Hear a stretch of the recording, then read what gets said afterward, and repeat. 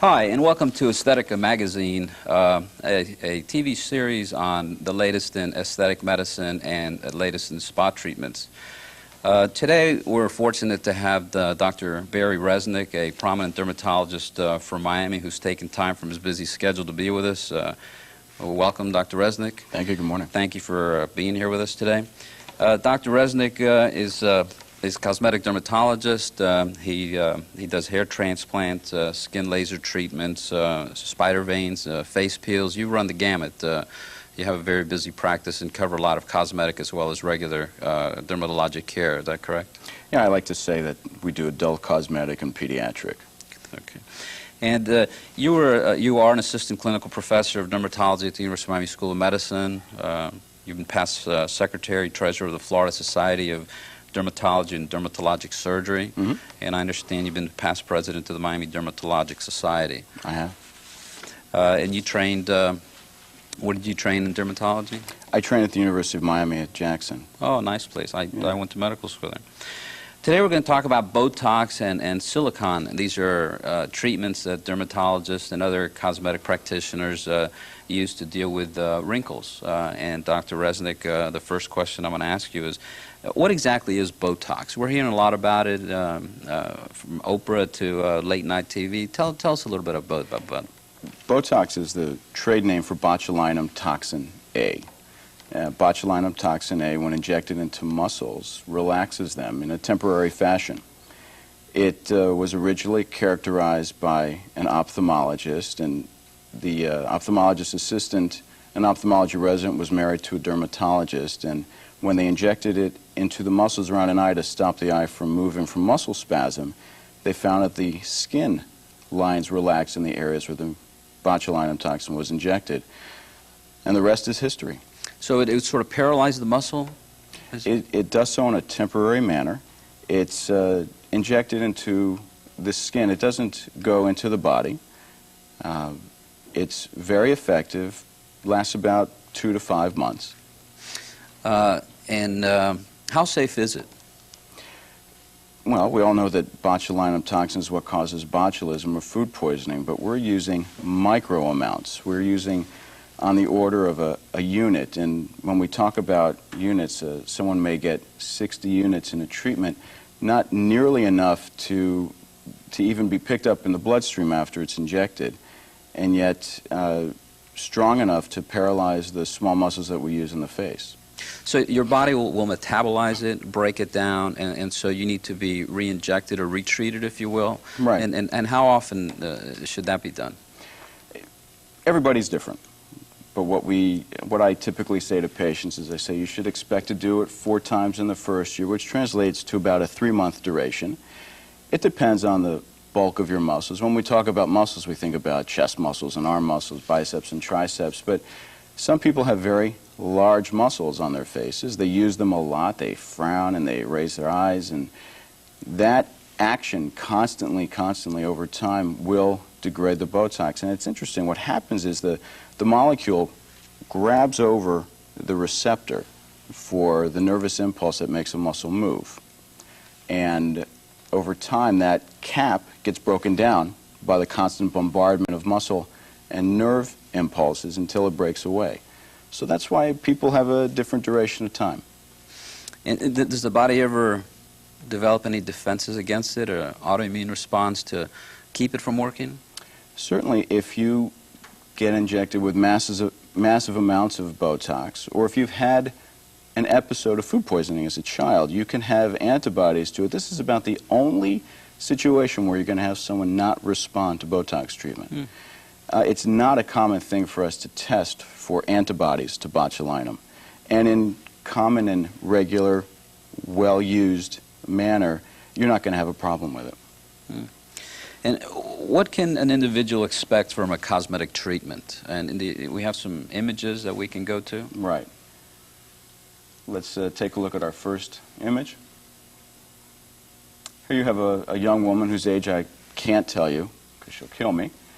But she's concerned about lines across her forehead, particularly in the region just below her hairline. When she raises her eyebrows or raises her forehead in surprise, she'll get these lines. Can we see the next image?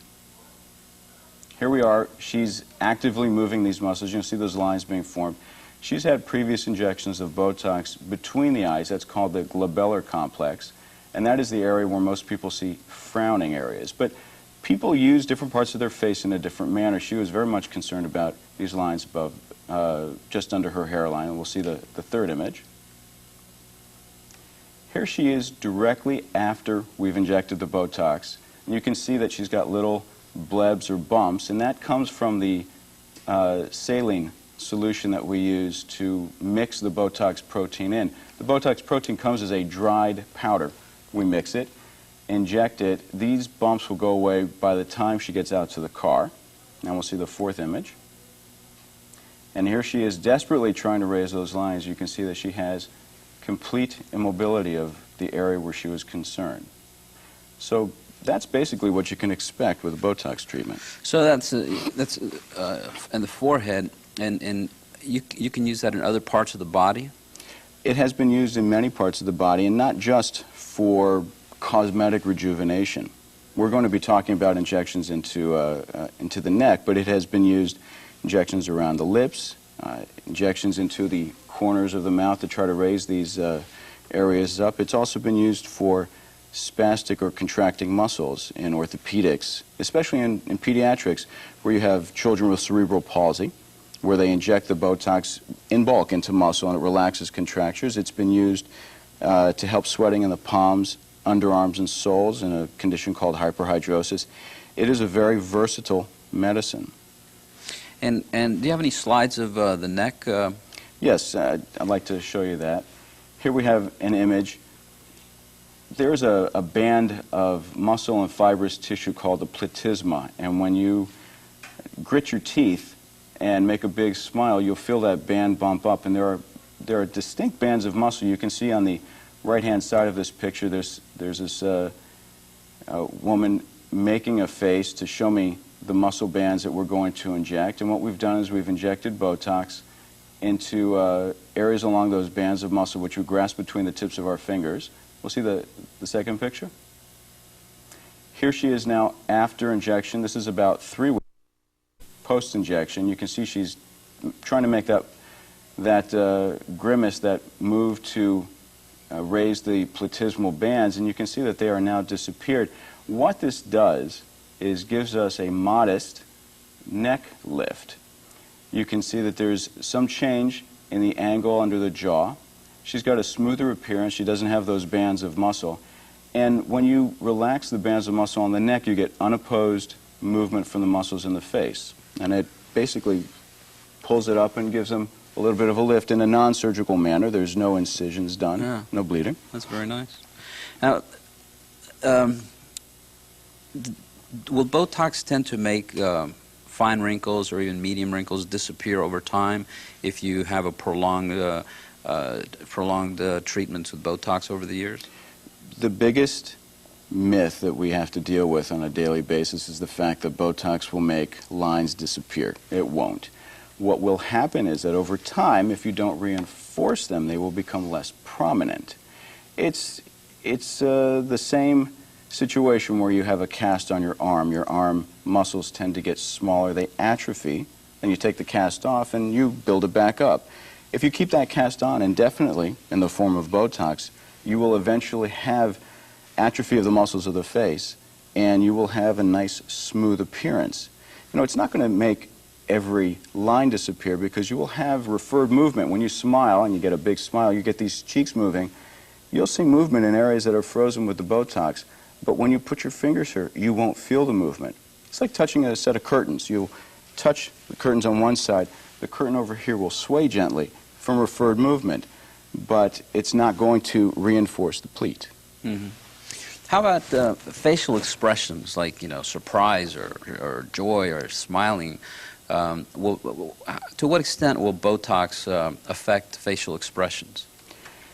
I like to say that once you have Botox done, you're going to look calm when you're upset, calm when you're happy, calm when you're at rest. There are some practitioners out there, both dermatologists and non-dermatologists, who inject so much Botox in an effort to please a patient or to get a patient to meet their expectations that they have virtually no movement on their face. They can't smile. You know, one of the problems with injecting Botox in the lower level of the face is that you lose the ability to make a kiss, pucker up. You will have difficulty sipping soup, sipping coffee. One prominent dermatologist made the comment that he's happy to do it if they don't mind drooling for a couple of months. So the higher up on the face, the better for Botox? I think that the majority of physicians who use the Botox restrict themselves to the upper face. And when we're doing in the lower face, we are using a much lower dilution, so we have less active Botox in each drop, and we are using less Botox. You know, maybe a tenth of a cc in two areas to help relax these lines. It requires a touch. Yeah, so buyer beware. You go to somebody who knows, who's done it. Caveat emptor is the way to go. Yes. So what else in your armamentarium for treating wrinkles, what else is, are you using or commonly used to treat wrinkles of the face? Well, Botox is a relaxer. And the other form that we're looking at are fillers. And they break down into things like temporary fillers and permanent fillers. And temporary fillers can include Restylane and Perlane. They can include Radiance. Are these synthetic or? Restylane and Perlane are synthetic forms of a particular protein in the body. Radiance is a type of bone cement.